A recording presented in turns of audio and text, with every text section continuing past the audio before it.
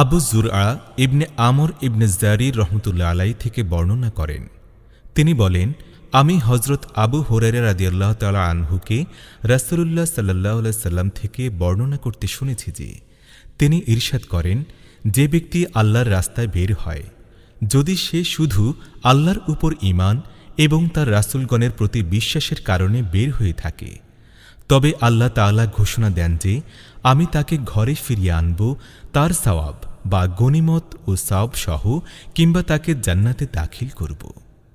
আর আমার উম্মতের উপর কষ্টদায়ক হবে বলে যদি মনে না করতাম, তবে কোনো সেনাদলের সাথে না গিয়ে বসে থাকতাম না।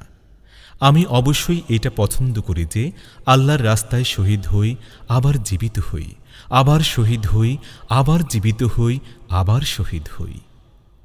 সহিহ বুখারী হাদিস নম্বর ৩৫।